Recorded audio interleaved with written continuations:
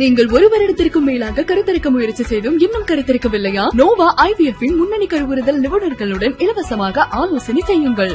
இந்த ஷோவோட ஃபர்ஸ்ட் ஷூட்லாம் வரும்போது நான் தெரபிஸ்ட் கிட்ட போயிட்டு இருந்தேன். அப்படி ஒரு பயங்கரமான டிப்ரெஸ்டான ஒரு ஸ்டேட்ல இருந்தேன். புது புது ஃப்ரெண்ட்ஸ் கிடைக்கும் போதுதான் நான் ஓகே, நானாதான் இருக்கேன், என்ன நான் எப்படி இருக்கேனோ அப்படிதான் அவங்க பாக்குறாங்க. சப்போர்ட், பேக் போன் எல்லாமே அம்மா தான். எந்த ஷூட் எவ்வளோ லேட் ஆனாலும் எனக்காக அங்கேயே இருந்து நான் சாப்பிட்டாதான் சாப்பிடுவாங்க, நான் தூங்கினாதான் தூங்குவாங்க. ஏன்னா நானாக சூஸ் பண்ணி வந்ததுதான். படிப்பு பார்த்தீங்கன்னா +2 ஃபெயில் தான். தமிழ் மட்டும்தான் பாஸ் ஆனேன், மிச்சம் 5 சப்ஜெக்ட் ஃபெயிலு. ஃபர்ஸ்ட் இவங்க சொல்லவே மாட்டாங்க, என்ன டிஸ்கஷன்ல கூட சேர்த்துக்க மாட்டாங்க. அதான் உண்மை. இவ என்ன கொடுத்தாலும் பண்ணிடுவா, என்ன பண்ண சொன்னாலும் பண்ணிடுவா. அப்படிலாம் இல்ல இல்ல தளபதி அவரோட இதுல வந்து அது ஏன் இப்படி மாறி மாறி வருதுன்னு எனக்கு தெரியல. நான் அப்படிலாம் சொல்லவே இல்லை, யாருக்கிட்டயுமே சொல்லல. இப்போ நான்லாம் என் லைஃப்ல கஷ்டப்படும் போது யாருமே ஹெல்ப் பண்ணல, என் அம்மாக்கெல்லாம் ரிலேட்டிவ்ஸ் யாருமே ஹெல்ப் பண்ணல. எங்களுக்கு யார்கிட்ட போய் கேட்கறதுன்னு தெரியல. ஆக்சுவலி பாலா அண்ணாலாம் எல்லாருக்கும் ஹெல்ப் பண்ணுவாங்க இல்லையா, எனக்கு அந்த மாதிரி ஹெல்ப் பண்ணும் அப்படின்னு ரொம்ப ஆசை இருக்கு.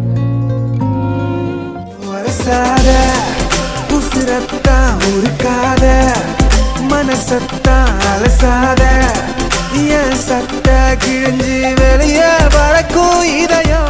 ஜோடி நீங்க தான். ஐ திங்க் நீங்க one of the toughest competitor இந்த ஷோல. ஸோ எங்கேயாவது லைட்டா வந்து ஒரு சின்ன வருத்தம் இருந்ததாச்சா அந்த டைட்டில் வின் பண்ண முடியல அப்படின்ட்டு? எனக்கு ரொம்பவே வருத்தம் இருந்தது ஆக்சுவலாக. இட்ஸ் ஓகே, அது டிசர்வ் தான். அவங்களுக்கு கிடைச்சதும் எங்களுக்கு ரொம்ப ஹாப்பி தான். எஸ், நீங்க சொல்லுங்க ரவீனா. எனக்கு ஆக்சுவலி அவ்வளோ வருத்தம் இல்லை. நான் இன்ஃபேக்ட் ரொம்ப ஹாப்பியாகவும் இருந்தேன். ஏன்னா வந்து என் கூட கம்பீட் பண்ண மற்ற கண்டஸ்டன்ஸ்லாம் வந்து செம்ம டஃப். ஸோ அவங்க கூட போட்டி போட்டு நான் அந்த இடத்துல நிற்கிறதே நான் ரொம்ப பெருமையாக ஃபீல் பண்ணிட்டு இருந்தேன். அண்டு டைட்டில் அடித்தவங்களும் எவ்வளோ டஃப்பானவங்கன்னு தெரியும். ஸோ நான் ரன்னரப் வந்ததே வா அப்படின்னு தான் ஃபீல் பண்ணேன். பட் இவர் தான் ரொம்ப ஃபீல் பண்ணிட்டு இருந்தாரு. ஸோ இவருக்காக நான் யோசிச்சேன், ஐயோ அவர் ஃபீல் பண்ணுறாரே, அவங்க டைட்டில் அடிச்சிருக்கலாம் அப்படின்னு. மேபி நான் நினச்சேன் நம்ம எங்கேயோ ஹார்ட் ஒர்க் போட்டதில் எங்கேயோ கொஞ்சம் மிஸ் ஆயிடுச்சு போல, நம்மளோட அதிகமாக போட்டதுனால அவங்க டைட்டில் அடிச்சிருக்காங்க அப்படின்னு நினச்சேன். இந்த செலெக்ஷன் பார்ட் 2 கொஸ்டின் செலெக்ஷனில் ஃபர்ஸ்ட் வந்து ரவீனா வந்து நாங்கள் பிக் பாஸில் பார்த்தா அவங்களுக்கு வந்து அவங்களோட கேமுக்குன்னு ஒரு சூப்பரான ஒரு ஃபாலோவர்ஸ் இருந்தாங்க. அப்படியே திரும்பினோடனே வந்து ஒரு டான்ஸ் ஷோ. ஏன்னா நாங்கள் வந்து நெக்ஸ்ட் ரவீனா என்ன பண்ண போகிறாங்கன்னப்ப திரும்ப விஜய் டிவிலேயே வந்து ஒரு புது டான்ஸ் ஷோவில் வந்து கண்டஸ்டண்ட்டாக இறக்குனாங்க.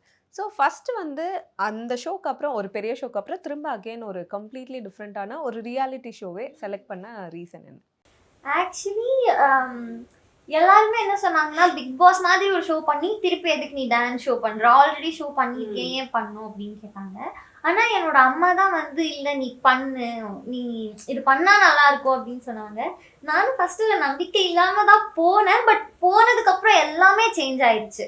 நான் டான்ஸ் தான் எனக்கு ரொம்ப பிடிக்கும். ஸோ அந்த டான்ஸ் மேலே இருக்கிற லவ்னால இந்த ஷோ. அண்ட் செகண்ட் வந்து இவரை வந்து இதுதான் சூப்பராக இருக்கும், இந்த ஜோடி வந்தால் செமையாக இருக்கும்னு செலக்ட் பண்ண ஒரு ரீசன் அதெல்லாம் இல்லை. கேளுங்க சொல்லுவா. ஆக்சுவலி உண்மையா என்ன நடந்துச்சுன்னா, அப்போதான் பிக் பாஸோட ரீஎன்ட்ரி. நான் பார்த்துருந்தீங்கன்னா தெரியும், நான் உள்ள போயிட்டு வந்தேன். இப்போ போயிட்டு வந்தது இந்த ஜோடிக்காக தான் உள்ள போயிட்டு வந்தேன். ஸோ அப்படி உள்ள இருக்கிற டைம்ல இந்த ரேம்ப் வாக்குன்னு ஒன்று நடந்தாங்க. ஸோ நடக்கும் போது என்னென்ன கண்டஸ்டன்ட் இருக்காங்கன்னு பாக்கி இருக்கிற கேர்ள்ஸ்க்குலாம் தெரிஞ்சிருச்சு. நான் ரேம்ப் வாக்கப்போ அங்கே இல்லை. நான் ஃபர்ஸ்ட் 2 பேர் பர்ஃபார்ம் பண்ணி முடிச்சதுக்கு அப்புறம் தான் அங்கே வரேனே. ஸோ எனக்கு ஃபுல்லா பிளாங்கா இருக்கு. ஒருத்தரா வந்து ஆடுறாங்க, எனக்கு வந்து எதுவுமே செட் ஆகல அப்படி ஃபீல் ஆயிட்டே இருந்துச்சு. நெக்ஸ்ட் மோகன்ராஜ் வந்தாரு. மோகன்ராஜ் எடுக்கலாம் அப்படின்னு சொல்லி எடுக்கலான்னு போகும்போது எனக்கு தெரியல நான் ஏன் எடுக்கலன்னு. அழகா எடுத்துருந்துருக்கலாம் மோகன்ராஜ. இல்ல இதுல என்னன்னா, நானும் இவங்களை பார்க்கல. ரேம்ப் போகும்போது இந்த ஒரு கேரக்டர் இங்க இருக்காங்கன்னு அங்க இல்ல. ஆக்சுவலா இவருக்கும் நான் யாருன்னே தெரியாது, எனக்கும் இவர் யாருன்னே தெரியாது. நான் ரேம்ப் போகும்போதும் ரவீனா அங்க இல்ல. ஓகே பார்த்தேன், கொஞ்சம் பேர் இருந்தாங்க. ஃபேஸ் கூடி பார்க்கல, கொஞ்சம் ஷை டைப்னால அப்படி பார்த்துட்டு பேசாமல் நடந்து போயிட்டேன். அப்புறம் வந்து செலக்ட் பண்ணுறப்போ யாரா இந்த பொண்ணு திடீர்னு வந்து செலக்ட் பண்ணுறா, நம்ம பார்த்தப்ப இல்லையேடா அப்படி தான் இருந்தது. வந்து நீங்கள் சொல்லும் போது ஒரு ஒரு ஒரு லோ ஸ்டேட்டில் தான் வந்து இந்த ஷோ நான் சூஸ் பண்ணேன் அப்படின்னு சொன்னீங்க. ஸோ இந்த ஷோ வந்து இமோஷ்னலாக ரவீனாக்கு வந்து எவ்வளோ ஹெல்ப் பண்ணியிருக்கு? ரொம்பவே ஹெல்ப் பண்ணியிருக்கு. ஏன்னா நான் இந்த ஷோவோட ஃபர்ஸ்ட் ஷூட்லாம் வரும்போது நான் என்னது தெராபிஸ்ட் கிட்ட போயிட்டு இருந்தேன். அப்போ நான் தெராபிஸ்ட் கிட்டலாம் போயிட்டு அப்படி ஒரு பயங்கரமான டிப்ரெஸ்டான ஒரு ஸ்டேட்ல இருந்தேன். இங்க வந்து நான் எனக்கு தெரியல பீப்புள் என்னை எப்படி பார்ப்பாங்க, எனக்கு எந்த விஷயமும் தெரியாது. ஸோ இங்க வந்து இவங்க எல்லாம் பேசுறது எனக்கு புது புது ஃப்ரெண்ட்ஸ் கிடைக்கும் போது தான் நான் ஓகே நானாக தான் இருக்கேன், நான் எப்படி இருக்கேனோ அப்படிதான் அவங்க பார்க்குறாங்க. ப்ளஸ் டான்ஸ் பண்ணா எல்லா கஷ்டமும் மறந்துடும் இல்லையா? ஸோ அது எல்லாமே எனக்கு ரொம்ப ரொம்ப ஹெல்ப்ஃபுல்லாக இருந்தது. அண்ட் ரவீனாக்கு வந்து டான்ஸ் எவ்வளோ பிடிக்கும், எக்ஸ்பிளைன் பண்ணும் வேர்ட்ஸில் அப்படின்னா வந்து எவ்வளோ பிடிக்கும்னு சொல்லுவீங்க? எக்ஸ்பிளைன் பண்ண முடியாது ஆக்சுவலி, ஏன்னா அந்த அளவுக்கு ரொம்ப பிடிக்கும். லைக் ஒரு பெஸ்ட் ஃப்ரெண்டுனே சொல்லலாம் டான்ஸ், அந்த அளவுக்கு. சூப்பர். அண்ட் வந்து உங்களோட ஜேர்னியில் வந்து 2 பேர்த்துக்குமே வந்து ஃபேமிலி அப்படின்ற ஒரு விஷயம் வந்து எப்பயுமே நமக்கு பின்னாடி இருந்து சப்போர்ட் பண்ணாதான் இன்னும் நம்ம ஃபர்தராக பண்ண முடியும். ஸோ வந்து உங்களோட அம்மா ஐ திங்க் எல்லா ஷூட்ஸ்லையுமே ஐ திங்க் உங்கள் கூடயே தான் இருந்திருப்பாங்க. ஸோ அம்மா வந்து எவ்வளோ சப்போர்ட்டு உங்கள் கெரியருக்கு? என்னோட pillar of support, backbone எல்லாமே அம்மா தான். எந்த ஷூட் எவ்வளோ லேட் ஆனாலும் எனக்காக அங்கேயே இருந்து நான் சாப்பிட்டாதான் சாப்பிடுவாங்க, நான் தூங்கினாதான் தூங்குவாங்க. அந்த மாதிரி லைக் பேருக்கு உனக்கு நான் சப்போர்ட் பண்ணுறேன் நீ பண்ணு அப்படின்னு இல்லாமல் ஆக்சுவலி கூட இருந்து சப்போர்ட் பண்ணுறது என் அம்மா. எனக்கு ஃபுல் அண்ட் ஃபுல் சப்போர்ட் என் அம்மா தான் எல்லா விஷயத்துலையுமே. அண்ட் உங்கள் ஃபேமிலி பற்றி சொல்லுங்கள், ஹவு சப்போர்ட்டிவ் உங்களோட? இல்லை, ஸ்டார்டிங் ஸ்டேஜில் சப்போர்ட்லாம் இல்லை, ஏன்னா நானாக சூஸ் பண்ணி வந்தது தான். படிப்பு பார்த்தீங்கன்னா +2 ஃபெயில் தான். தமிழ் மட்டும்தான் பாஸ் ஆனேன், மிச்சம் 5 சப்ஜெக்ட் ஃபெயிலு. அது முடிச்சதுமே இல்லை நான் பாஸ், எல்லாமே பாஸ். அது முடிச்சதுமே நானாக சூஸ் பண்ண ஃபீல்டு தான் இது. ஸோ அது வர்றப்போ பேரண்ட்ஸுக்கு என்னென்னா இவன் இதில் போனால் அது நல்லா வந்துடுவானா வருமா அந்த ஒரு பயம் இருக்கும். மற்றபடி வேறு எதுவும் இல்லை, நானாக சூஸ் பண்ணேங்கிறதுக்காகவே நான் அதில் ஒர்க் பண்ண ஆரம்பித்தேன். ஏன்னா இப்போ நார்மலாக எவ்வளோ ஒரு டான்சர்ஸ் இருக்காங்கன்னா நம்ம அதில் என்னவா தெரிய போகிறோம் தனியாக அப்படிங்கிறது ஒன்று, அது எல்லா ஃபீல்ட்லையும் யோசிப்பாங்க. ஸோ எனக்கு நான் அதுதான் ஃபஸ்ட்டு மைண்ட் ஃபிக்ஸ் பண்ணதே, நான் ஒரு நார்மல் டான்ஸராக அப்படியே முடிச்சிடக்கூடாது, எனக்குன்னு ஒரு நேம் க்ரியேட் பண்ணணும், நான் யாருன்னு காட்டணும், அந்த மாதிரி தான் ஒரு மைண்டில் இருந்தது. இப்போ எல்லாமே ஓகே தான். சூப்பர்.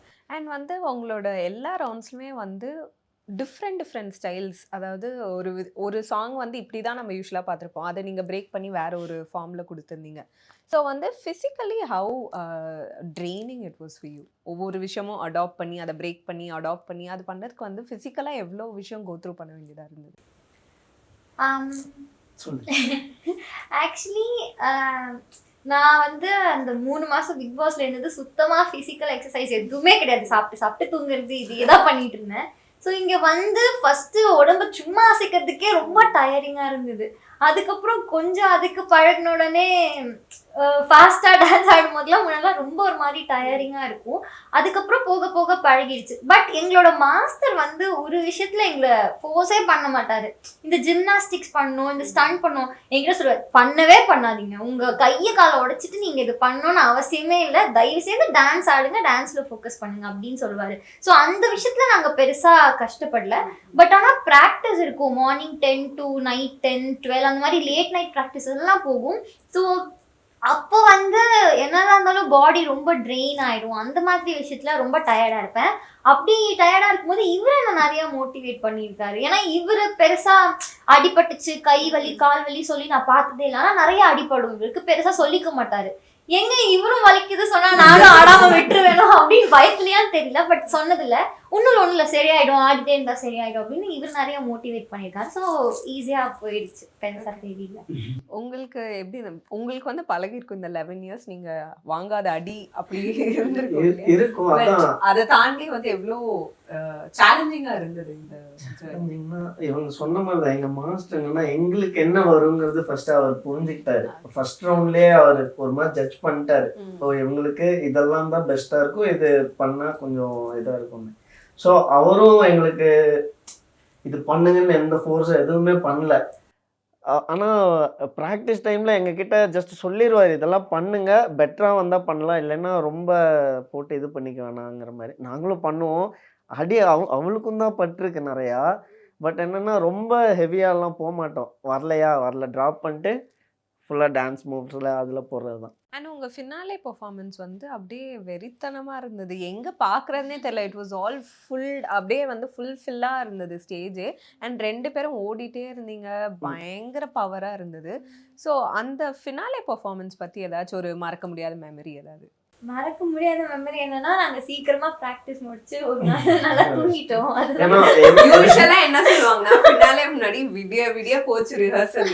நாங்க கேள்விப்பட்டோம். இல்ல எங்களுக்கு எப்படின்னா நாங்க மிச்ச ரவுண்ட்லாம் பார்த்தோம்னா நாங்க ப்ராக்டிஸ் பண்ணி இன்னைக்கு ஷூட்டுன்னா மார்னிங் தான் முடிப்போம். ப்ராக்டிஸே முடிப்போம். அப்பதான் சாங் எடிட்டிங் முடியும். எல்லாமே அப்படிதான் போயிட்டு இருந்தது. ஸோ எங்களுக்கு என்னன்னா அப்புறம் நாங்களே கொஞ்சம் டிசைட் பண்ணிட்டோம். இந்த டைம் கொஞ்சம் ப்ராக்டிஸ் முன்னாடியே முடிச்சு ஒரு நாள் நல்லா போய் வடிவேலு மாதிரி காலை வச்சு தூங்கிடணும். அப்போதான் அடுத்து பர்ஃபார்ம் பண்ண முடியும் நல்லான்னு சொல்லிட்டு ஃபுல் ரெஸ்ட்டு.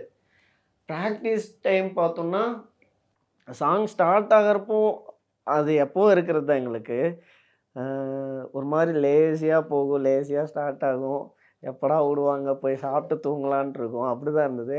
அப்புறம் மாஸ்டர் ஒரு சைடு எங்களுக்கு வேண்டி ரொம்ப தீவிரமாக எங்களுக்கு ஒர்க் பண்ணிருப்பார். அது பார்க்குறப்போ அப்படியே எங்களுக்கும் நல்லா அவரோட இதுக்கு நம்ம ஏதாவது ஒர்க் பண்ணணும். ஏன்னா அவர் ரொம்ப ஹார்ட் ஒர்க். எல்லா வேலையும் பார்ப்பாரு. டான்ஸ் மட்டும் இல்லை, டக்குன்னு பார்த்தா ப்ராப்பர்ட்டிக்கு உட்காந்து கம் ஓட்டிட்டு இருப்பாரு. அவரு திடீர்னு பார்த்தா கார் எடுத்துட்டு யாரையோ கூட்டிட்டு டிரைவர் மாதிரி இப்போ சுத்திட்டு இருப்பாரு. ஏதாவது ஒன்று ஓடிட்டே இருப்பாரு. ஸோ எங்களுக்கு என்னன்னா அவரு ஒரு மோட்டிவேட் இருந்தாரு.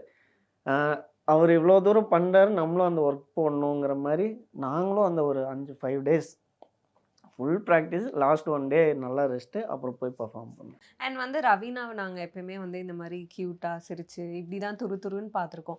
ஆனால் சில பர்ஃபார்மன்ஸ்லாம் இந்த மாதிரி இப்போ ஃபினாலே ஆக்ட்லேயே வந்து பயங்கர சீரியஸாக அப்படியே பவராலாம் பண்ணுறாங்க. ரவீனாவா இது அப்படின்ற அளவு. ஸோ வந்து இந்த மாதிரிலாம் சொல்லும் போது இந்த மாதிரி தான் ரவீனா ஆக்ட் இருக்க போகுது அப்படிலாம் போது உங்களுக்கு ஃபர்ஸ்ட் எப்படி நீங்கள் அதை அடாப்ட் பண்ணிப்பீங்க? ஃபர்ஸ்ட் இவங்க சொல்லவே மாட்டாங்க, என்ன டிஸ்கஷன்ல கூட சேர்த்துக்க மாட்டாங்க. அதான் உண்மை. இந்த ஒரு ரவுண்ட் முடிஞ்சா என்ன ரவுண்டுன்னு சொல்லிடுவாங்க. சாங் செலெக்ஷன் என்ன கான்செப்ட்லாம் இருக்கும். யூஸ்வலி எல்லாமே ஒன்னாதான் டிஸ்கஸ் பண்ணுவாங்க. ஆனா இவரும் மாஸ்டரும் மட்டும் டிஸ்கஸ் பண்ணி முடிச்சு ஃபிக்ஸ் பண்ணிட்டு அப்புறம் இதுதான் பண்ணணும். இல்ல அது ஆக்சுவலா எதனாலன்னா இவ என்ன கொடுத்தாலும் பண்ணிடுவா, என்ன பண்ண சொன்னாலும் பண்ணிடுவா. இல்ல சீரியஸாவே அதுதான். இப்ப எனக்கு மாஸ்டர் வந்துட்டு கொஞ்சம் என்கிட்ட வர்றப்ப மட்டும் கடுப்பாயிருவாரு. லைக் அவன்டா இவன்ட்டு. ரவீனாட்ட போறப்போ இவ பண்ணிடுவா. ஆக்சுவலா எது சொன்னாலும் பண்ணிடுறதுனால எதுவும் டிஸ்கஷன் எதுவுமே இவ சைடு போகாது. இது சொன்னா அது பண்ணிடுவான்னு தெரியும். நான் தான் மாஸ்டரை போட்டு கொலை பண்ணி அது பண்ணி இது பண்ணி கொஞ்சம் டிஸ்டர்ப் பண்ணிட்டே இருப்பேன். இவ ஓகே தான், என்ன டஃபா கொண்டு போய் கொடுத்தாலும் அழகா பண்ணிடுவா. அதனால டிஸ்கஷன் அங்க போகாது. இல்ல ஒரு சும்மா சொல்லாம இருக்கிறதுக்கு சொல்றாரா? இல்ல நிஜமாவே அதுதான். ரவீனா அண்ட் வந்து உங்களை பத்தி ஒரு ரூமர் கேள்விப்பட்டோம். நீங்க வந்து தளபதி அவரோட இதுல வந்து நீங்க வந்து ஹீரோயினா கமிட்டே ஆயிட்டீங்க அப்படின்னு சொல்லி ஒரு பெரிய ரூமர் ஒன்று போயிட்டு இருக்கு. Please clarify. எதனால பார்த்தாலே தெரியும். ஆமா அதெல்லாம் என்னங்க என்ன குறைச்சல் இந்த ஃபேஸ்க்கு சொல்லுங்க. ஐயோ அதெல்லாம் சொல்லுங்க. அது என்ன கிளாரிஃபை பண்ணுங்க. என்ன பிடிக்கும் உங்களுக்கு? இல்ல அது ஏன் இப்படி மாறி மாறி வருதுன்னு எனக்கு தெரியல. நான் அப்படிலாம் சொல்லவே இல்லை, யாருக்கிட்டயுமே சொல்லல. நான் சொன்ன நடிக்கணும்னு ஆசை இருக்கு, அவ்வளவுதான் நான் சொன்னேன். ஸ்பெசிஃபிக்கா ஏன்னா எனக்கு தளபதி ரொம்ப பிடிக்கும். ஆனா அவங்க கூட ஹீரோயினா இப்போ நடிக்க முடியுமான்னு தெரியல, அதனால அப்படி சொன்னேன். அதனாலதான். Okay okay. ஏன்னா இது வந்து ஒரு ரூமரா வந்து போய்கிட்டு இருக்கு. ஸோ ரவீனா என்ன கமிட் ஆயிட்டாங்களா அப்படின்ட்டு. ஸோ அதனால கிளாரிஃபை பண்ணிடலான்னு. அண்ட் வந்து going on after this show ஜோடி ஆர் யூ ரெடிக்கு அப்புறம் உங்களோட பிளான்ஸ் என்ன ஃபர்தரா? பிளான்ஸ் என்ன, இன்னும் எதுவும் பிளான் பண்ணல. இப்போதான் எல்லாம் போயிட்டு இருக்கு, டாக்ஸ் எல்லாம் போயிட்டு இருக்கு. ஓகே. ரியல் லைஃப்ல என்னைக்குமே பிளான்ஸ் இருந்ததே இல்ல, எல்லாமே கோ வித் தி ஃப்ளோ தான் எனக்கு. சோ எது வருதோ வா பண்றேன், எது போதோ போ அவ்வளவு. ஓகே. ரவீனாக்கு வந்து என்னவா ஆகணும்னு ஆசை? பிகாஸ் வந்து நீங்க வந்து ரொம்ப ஏர்லியாவே வந்து மீடியாக்குள்ள வந்துட்டீங்க இல்லையா? So we have seen you. நீங்கள் வந்து லீட்ஸாகவும் பண்ணியிருக்கீங்க, ரியாலிட்டி ஷோஸ் பண்ணுறீங்க, டான்ஸராக வந்து நீங்கள் வந்து ப்ரூவ் பண்ணிட்டீங்க. ஸோ மல்டி ஃபெசட்டடாக இருக்கீங்க. ஸோ வந்து பட் வந்து பீப்புள் என்னை இப்படி ரெக்கக்னைஸ் பண்ண எனக்கு ரொம்ப பிடிக்கும் அப்படின்னா என்னவா இருக்கணும் ரவீனா? இல்ல ஆக்சுவலி பாலானால எல்லாருக்கும் ஹெல்ப் பண்ணுவாங்க இல்லையா, எனக்கு அந்த மாதிரி ஹெல்ப் பண்ணணும் அப்படின்னு ரொம்ப ஆசை இருக்கு. ஸோ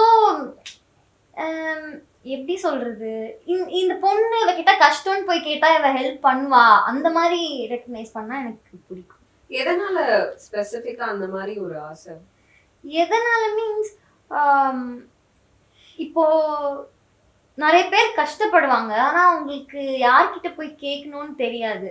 அப்போ மோஸ்ட்லி எப்படி நடக்கும், எனக்கு எப்படி சொல்றதுன்னு தெரியல. இப்போ நான்லாம் என் லைஃப்ல கஷ்டப்படும் போது யாருமே ஹெல்ப் பண்ணல, என் அம்மாக்கெல்லாம் ரிலேட்டிவ்ஸ் யாருமே ஹெல்ப் பண்ணல, எங்களுக்கு யார்கிட்ட போய் கேட்கறதுன்னு தெரியல. ஸோ அந்த மாதிரி யாராவது கஷ்டப்படும் போது அவங்களுக்கு யார் கேட்கறதுக்கும் ஆள் இருக்க மாட்டாங்க, அப்போ நான் இருக்கணும் அந்த இடத்துல அப்படின்னு நினைக்கிறேன். That's so sweet. And நீங்களும் சொல்லியிருந்தீங்களே ஒரு ஆசிரம் ஸ்டார்ட் பண்ணணும் அப்படின்னு சொல்லிட்டு, ஸோ நீங்களும் சொல்லுங்க. அதுதான் ரவினா சொன்ன மாதிரி தான். ஆனால் நான் ரொம்பவே அந்த ஸ்டார்டிங் ஸ்டேஜில் ரொம்பவே கஷ்டம்லாம் இருந்தது. கஷ்டம்ல ஏன்னா நான் சூஸ் பண்ண ஃபீல்டு தான், எனக்கு ரொம்ப பிடிச்சதா எல்லாமே பண்ணேன். இருந்தாலும் இது நமக்கு ஒன்று கிடைக்காம இருக்கும். இப்போ ஓகே ஃபைன், அது அந்த டைம் என்னென்னா அது ரொம்ப கஷ்டமாக இருக்கும், நமக்குள்ளே கஷ்டமாக இருக்கும், வெளியில் சொல்ல மாட்டேன். ஸோ அதெல்லாம் அப்படியே மைண்டில் இருக்கிறதுனால வேற யாராவது அந்த மாதிரி கஷ்டப்படக்கூடாதுன்னு சொல்லிட்டு ஏதோ பெருசாக கூட இல்லை, நம்மளால என்ன முடியுதோ அது கையில் இருக்கிறது பண்ணணும், இருக்கிறப்ப பண்ணிக்கலாம், இல்லைன்னா சின்னதாக பண்ணிக்கலாம். அந்த மாதிரி இந்த ஆசிரமம் கட்டுற பிளான் கூட ரொம்ப ஒரு 3 இயர்ஸாக பிளான் பண்ணிட்டு அது இதுன்னு பேசிகிட்டே தான் இருக்கும். ஒவ்வொரு சில பேர்கிட்ட ஹெல்ப் எல்லாம் கேட்டு இப்போ போயிட்டுருக்கு. அது இன்னும் ப்ராசஸ் போயிட்டுருக்கு, அது பண்ணணும். அது பண்ணால் பெஸ்ட்டாக பண்ணணும், நார்மலாக பண்ணிட்டு விடவும் கூடாது. ஸோ அது பெஸ்ட்டாக பண்ணுங்கிறதுக்காக ப்ராசஸ் பண்ணிட்டு. நீங்கள் ஒரு வருடத்திற்கும் மேலாக கருத்தரிக்க முயற்சி செய்தும் இன்னும் கருத்தரிக்கவில்லையா? நோவா IVF-இன் முன்னணி கருவுறுதல் நிபுணர்களுடன் இலவசமாக ஆலோசனை செய்யுங்கள்.